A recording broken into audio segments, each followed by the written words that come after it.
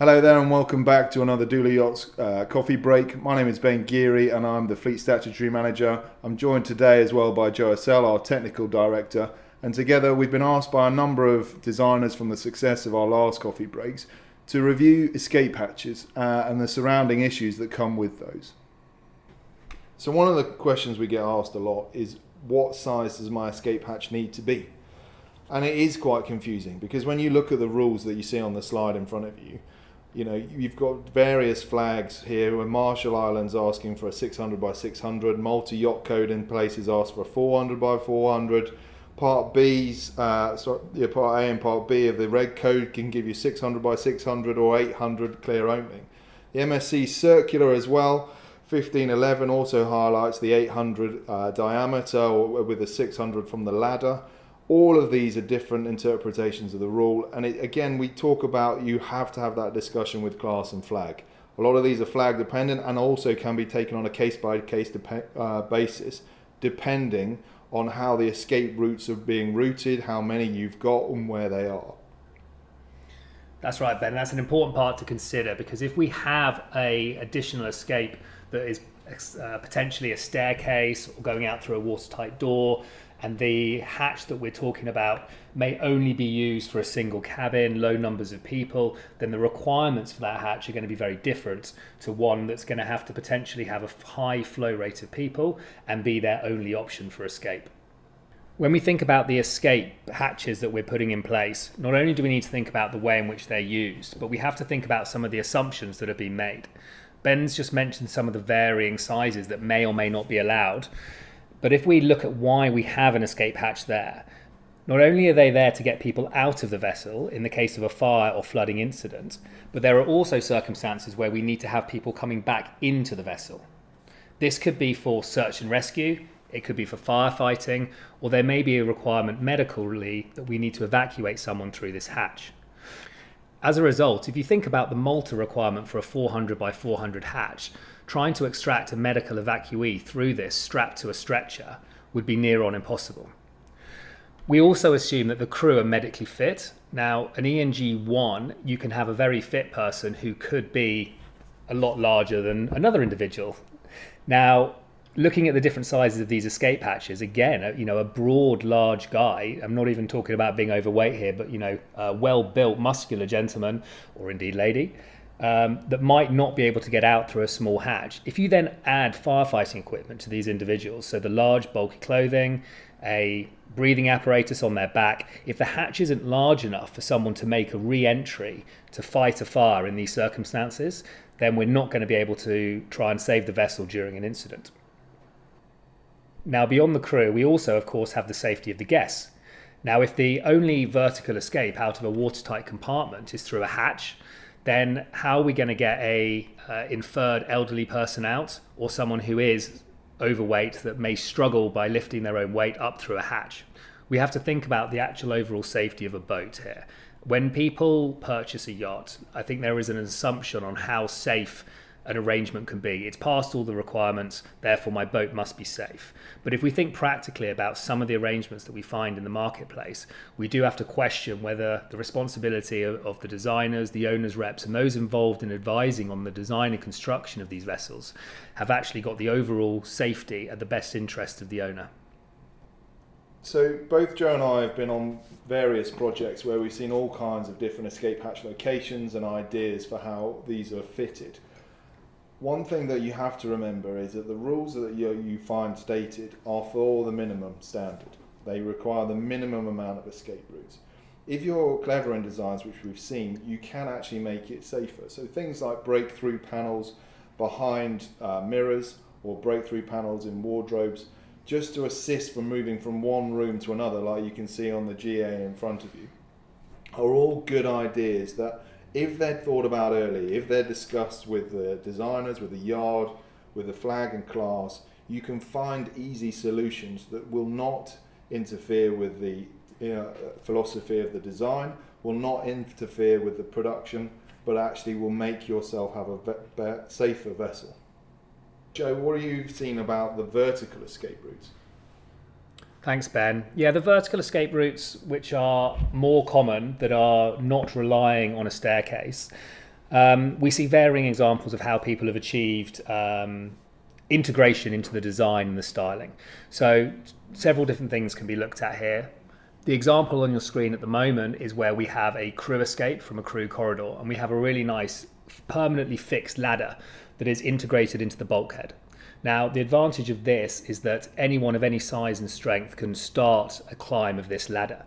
What we often find when we have a deck head integrated hatch and ladder system is that not only do we have to be of a certain height to be able to get to it, and back in my flag surveying days, I remember always picking on the smallest member of crew and asking them to access that ladder.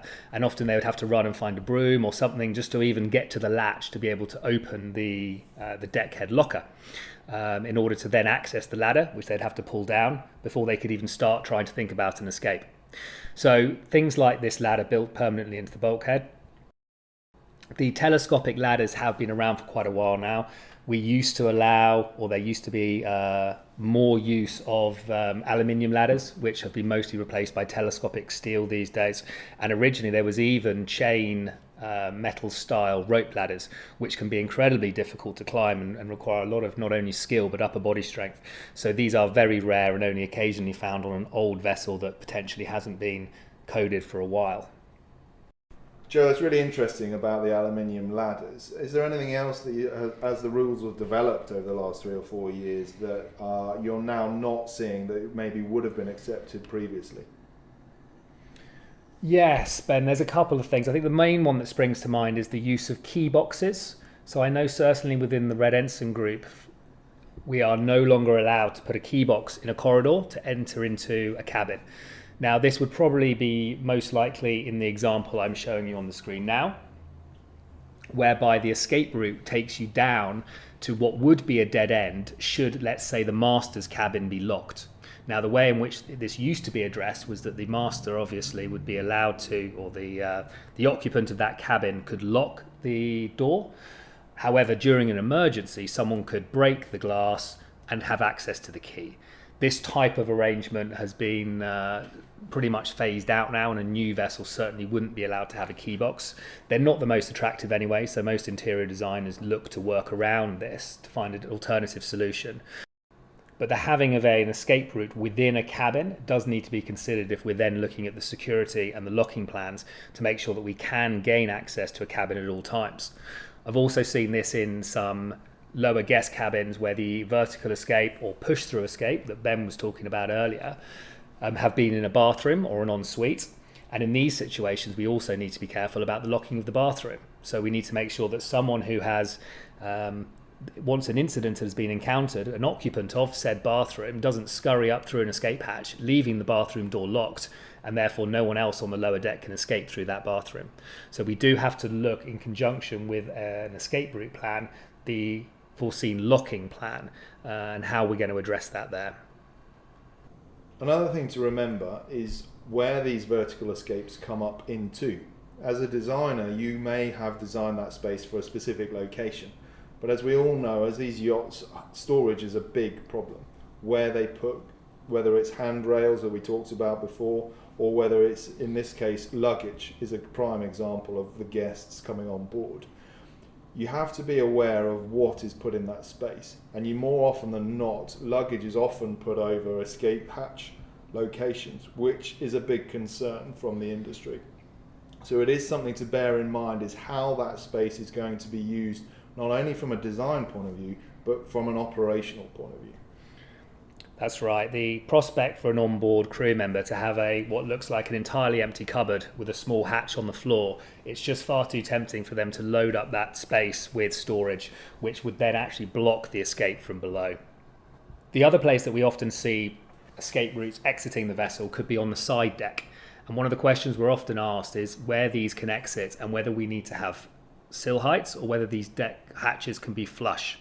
Now, depending on how we're using the hatch, there may be a requirement to have a sill height, and this harks back to the load line requirements, whereby any hatch that leads to below the bulkhead deck would be required to have a sill height, and this can actually be often quite high as 380 or 600 mil in the forward areas.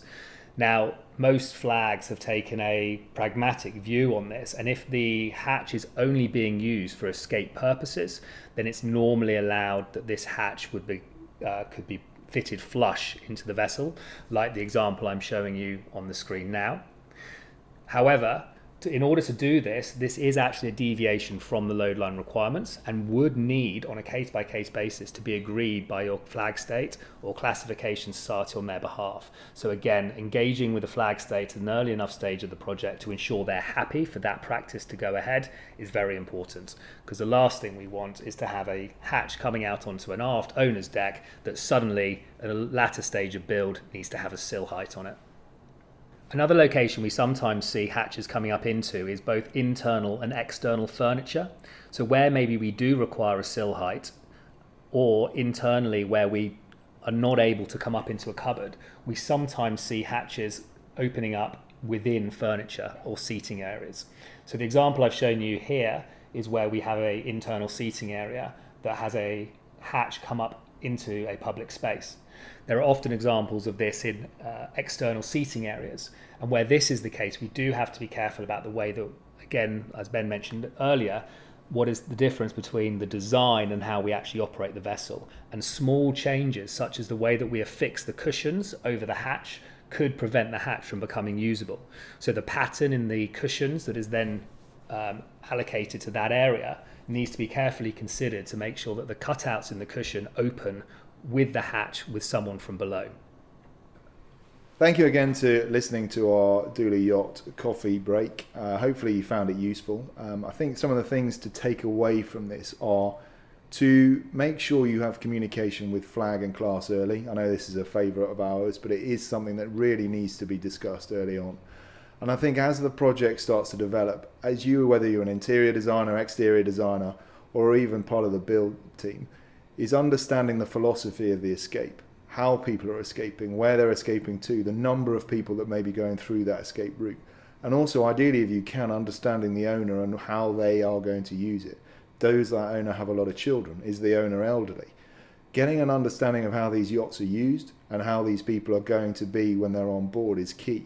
So hopefully you found this useful. If you want further information or want to talk to Joe and myself, the details are on here. Thank you very much for listening.